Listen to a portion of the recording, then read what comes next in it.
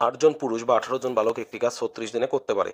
16 জন পুরুষ ও 18 জন বালক সেই কাজের দ্বিগুণ একটি কাজ কত দিনে করতে পারবে? এখানে আমরা প্রথমে পুরুষকে বালকে বা বালককে পুরুষে কনভার্ট করে নেব। এখানে যেহেতু দ্বিতীয় ক্ষেত্রে 18 জন বালকের কথা আছে, আর 18 জন বালক সমান সমান কতজন পুরুষ? 8 জন পুরুষ। তাহলে প্রথমে কাজ করেছে কে? 8 জন পুরুষ। আর দ্বিতীয় ক্ষেত্রে কাজ করেছে কতজন? 16 জন পুরুষ, 18 জন বালক। কারণ 18 জন বালক সমান 8 জন পুরুষ, তাহলে মোট 16 আর 8 24 জন পুরুষ। এবার আমরা এমডিএইচ মেথডে করব। M1 D1 H1 by W1 equal to M2 D2 H2 by W2। তার মানে এখানে এম মানে মানুষের সংখ্যা বা পুরুষ সংখ্যা কত? 8 জন, গুণ দিন কত? 36 দিন। ঘন্টা দেওয়া নেই, তার মানে ঘন্টা লিখবো না।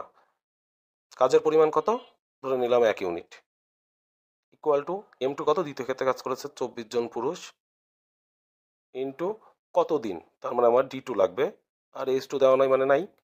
আর W2 মানে কাজের পরিমাণ কত? দ্বিগুণ, তার মানে 2 গুণ। এখন আমরা কাটাকাটি করব। 12 3, তার মানে D2 সমান 24 দিন।